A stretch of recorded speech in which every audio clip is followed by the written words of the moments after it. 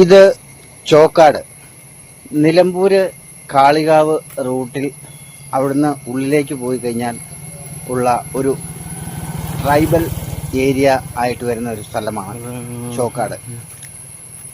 പണ്ടിത് ട്രൈബൽസിന് വേണ്ടി പണിത ഒരു ഹോസ്പിറ്റലായിരുന്നു.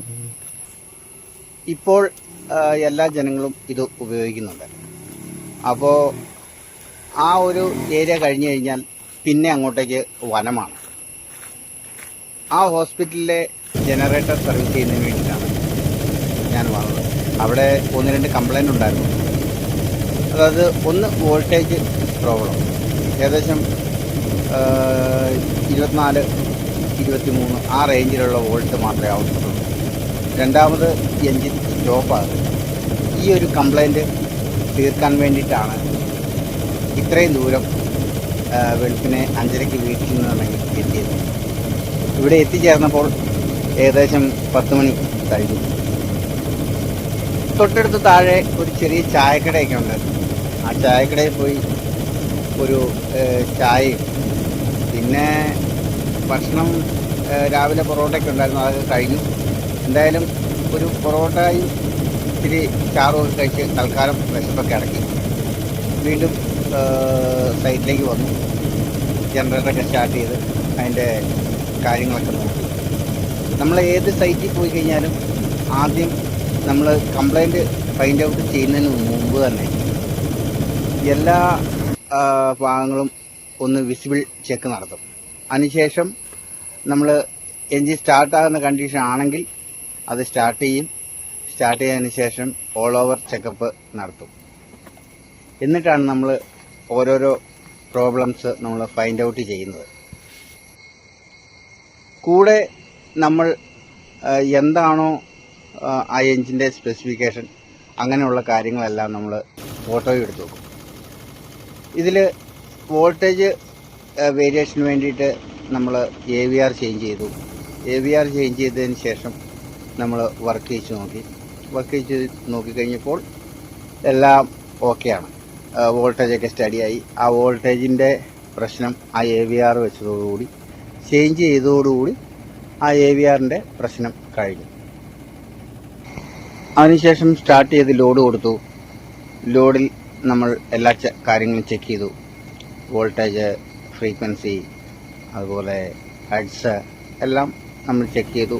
അവരുടെ ലോഡ് എത്രയുണ്ട്, എത്ര ആംപിയർ ലോഡുണ്ട്, അതുപോലെ ലോഡിൽ വർക്ക് ചെയ്യുമ്പോൾ എന്തെല്ലാം വേരിയേഷൻസ് വരുന്നുണ്ട്, അങ്ങനെയുള്ള കാര്യങ്ങളെല്ലാം ചെക്ക് ചെയ്തു. അപ്പോൾ നമുക്ക് എല്ലാം ഓക്കെ ആയിട്ടാണ് കാണാൻ സാധിച്ചത്. അതിനുശേഷമാണ് നമ്മൾ ഈ സ്റ്റോപ്പ് പ്രോബ്ലം, അതായത് എൻജിൻ സ്റ്റോപ്പ് ആകാത്തൊരു പ്രോബ്ലം, സ്റ്റാർട്ട് ചെയ്യും. അതിനുശേഷം സ്റ്റോപ്പ് ആകുന്ന സമയത്ത് എൻജിൻ സ്റ്റോപ്പ് ആകാത്ത ഒരു കംപ്ലൈൻറ്റ്.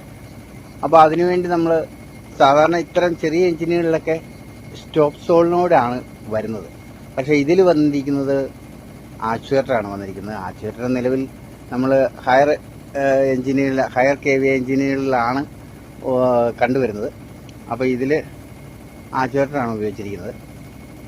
അങ്ങനെ ഈ ആക്ച്വേറ്റർ പഴയത് അഴിച്ചു മാറ്റി ആക്ച്വേറ്റർ ഇല്ലാതെ നമ്മൾ സ്റ്റോപ്പ് ചെയ്തു.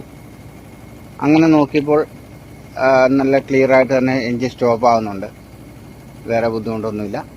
ആ ഒരു ഭാഗം ഓക്കെ ആണെന്ന് കണ്ടെത്തി കഴിഞ്ഞപ്പോൾ പുതിയ ആക്ച്വേറ്റർ ആ സ്ഥാനത്ത് റീപ്ലേസ് ചെയ്തു, ഫിറ്റ് ചെയ്തു.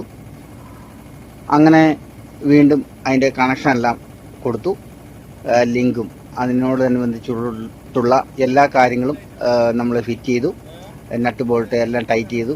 അതിനുശേഷം സ്റ്റാർട്ട് ചെയ്ത് വീണ്ടും ഒന്ന് ഓഫ് കൊടുത്ത് നോക്കി. അപ്പോൾ എൻജിൻ ഈ ഓഫ് ആകുന്നതിന് പകരം അതിൻ്റെ നേരെ ഓപ്പോസിറ്റ് ഡയറക്ഷനിലേക്കാണ് ഈ ആക്ച്വേറ്റർ വർക്ക് ചെയ്യുന്നത്. അപ്പോൾ ഇതാണ് ആ ആക്ച്വേറ്റർ. ഇത് പഴയതാണ്, പുതിയത് നമ്മൾ ഇതിലേക്ക് ഫിറ്റ് ചെയ്തിട്ടുണ്ട്.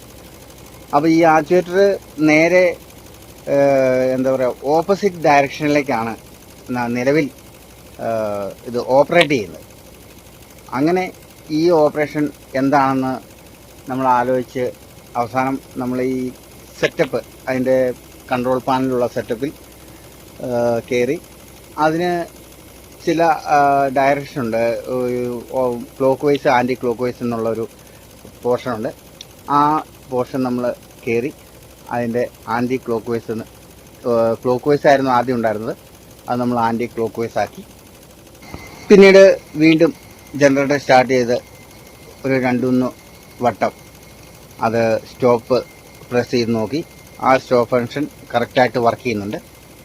അതിനുശേഷം കുറച്ച് നേരം തന്നെ ഒരു 2-3-4-5 ട്രിപ്പ് നമ്മൾ ഈ ഫംഗ്ഷൻ വർക്ക് ചെയ്യുന്നുണ്ട്, കറക്റ്റായിട്ട് വർക്ക് ചെയ്യുന്നുണ്ടോ എന്നറിയാൻ സ്റ്റാർട്ട് ചെയ്ത് സ്റ്റോപ്പ് ചെയ്ത് സ്റ്റാർട്ട് ചെയ്ത് സ്റ്റോപ്പ് ചെയ്ത് അങ്ങനെ ഒരു 4-5 പ്രാവശ്യം നമ്മൾ അത് ചെയ്ത് നോക്കി.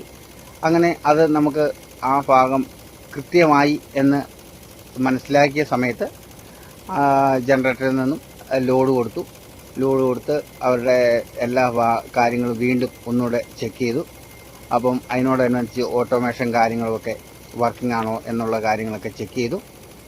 പക്ഷേ നമ്മുടെ ജനറേറ്ററിൻ്റെ ഭാഗത്തുള്ള ഓട്ടോമേഷൻ എല്ലാം കറക്റ്റായിട്ട് ഫങ്ഷൻ ചെയ്യുന്നുണ്ട്. എന്നാൽ കസ്റ്റമറുടെ ഭാഗത്തുള്ള, അതായത് അവരുള്ളിൽ വെച്ചിട്ടുള്ള പാനലിൻ്റെ ഉള്ളിലെ ഓട്ടോമേഷൻ ശരിയായിട്ട് വർക്ക് ചെയ്യുന്നില്ല. കസ്റ്റമർ സൈഡിലുള്ള ഓട്ടോമേഷൻ സംബന്ധിച്ച് കസ്റ്റമറുമായിട്ട് സംസാരിച്ച് അതൊരു ക്ലാരിറ്റി വരുത്തി.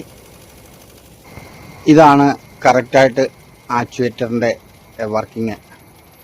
ഇതുപോലെ ആയിരിക്കണം ആക്ച്വേറ്റർ വർക്ക് ചെയ്യേണ്ടത്. ആദ്യം നേരെ ഇതിൻ്റെ ഓപ്പോസിറ്റ് ഡയറക്ഷനായിരുന്നു ഉണ്ടായിരുന്നത്, അതുകൊണ്ടായിരുന്നു സ്റ്റോപ്പ് ആകാതിരുന്ന ഒരു പ്രോബ്ലം ഉണ്ടായത്. അപ്പോൾ എന്തായാലും കാര്യങ്ങളെല്ലാം നമ്മൾ കൺട്രോളിൽ സെറ്റ് ചെയ്തു, എല്ലാം ഓക്കെ ആയി. അപ്പം ഈ വീഡിയോ നിങ്ങൾക്ക് ഇഷ്ടപ്പെട്ട് കഴിഞ്ഞാൽ എല്ലാവരും ഒന്ന് ലൈക്ക് ചെയ്യുക, കമൻറ്റ് ചെയ്യുക. മറ്റുള്ളവർക്ക് വേണ്ടി കാണുവാൻ നിങ്ങളൊന്ന് ഷെയർ ചെയ്ത് കൊടുക്കുക. അതുപോലെ നിങ്ങൾക്ക് ഇതുമായി ബന്ധപ്പെട്ട് എന്തെങ്കിലും സംശയങ്ങളൊക്കെ ഉണ്ടെങ്കിൽ നിങ്ങൾക്ക് കമൻ്റായി അറിയിക്കാവുന്നതാണ്. അപ്പോൾ അടുത്ത ഒരു വീഡിയോ ആയിട്ട് വരുന്നവരേക്കും എല്ലാവർക്കും നന്ദി, നമസ്കാരം. പിന്നെ പോലെ ഒരു കാര്യം കൂടെ പറയാണ്ട്, എൻ്റെ ഈ ചാനലിൽ ഇതുമായി ബന്ധപ്പെട്ടതല്ലാതെ തന്നെ ഒരുപാട് വീഡിയോസ് ഉണ്ട്. അപ്പം എല്ലാവരും കയറി കാണണം. ഓരോ ആൾക്കാർക്കും അവർക്ക് ഇഷ്ടപ്പെട്ട രീതിയിലുള്ള പല വെറൈറ്റി വീഡിയോസ് എൻ്റെ ചാനലിൽ ഞാൻ അപ്ലോഡ് ചെയ്യുന്നുണ്ട്. കുഞ്ഞു കുട്ടികൾ മുതൽ വലിയ ആൾക്കാർ, പ്രായം ചെന്ന ആൾക്കാർക്ക് വരെ കാണാൻ പറ്റുന്ന രീതിയിലുള്ള വീഡിയോസാണ് എൻ്റെ ചാനലിലുള്ളത്. അപ്പം എല്ലാവരും കയറി ഒന്ന് കാണുക. വീഡിയോ ഇഷ്ടപ്പെട്ടു കഴിഞ്ഞാൽ നിങ്ങൾ എല്ലാവർക്കും കാണുന്നതിന് വേണ്ടി ഒന്ന് ഷെയർ ചെയ്ത് കൊടുക്കുക. നിങ്ങളുടെ അഭിപ്രായങ്ങൾ നിങ്ങൾ കമൻറ്റിലൂടെ അറിയിക്കുക. ആരും എന്തെങ്കിലും സംശയം ഉണ്ടെങ്കിൽ ചോദിക്കാതെ പോരുത്. നിങ്ങളുടെ സംശയങ്ങൾ ചോദിക്കുക, ഞാൻ അതിന് മറുപടി നൽകുന്നതായിരിക്കും.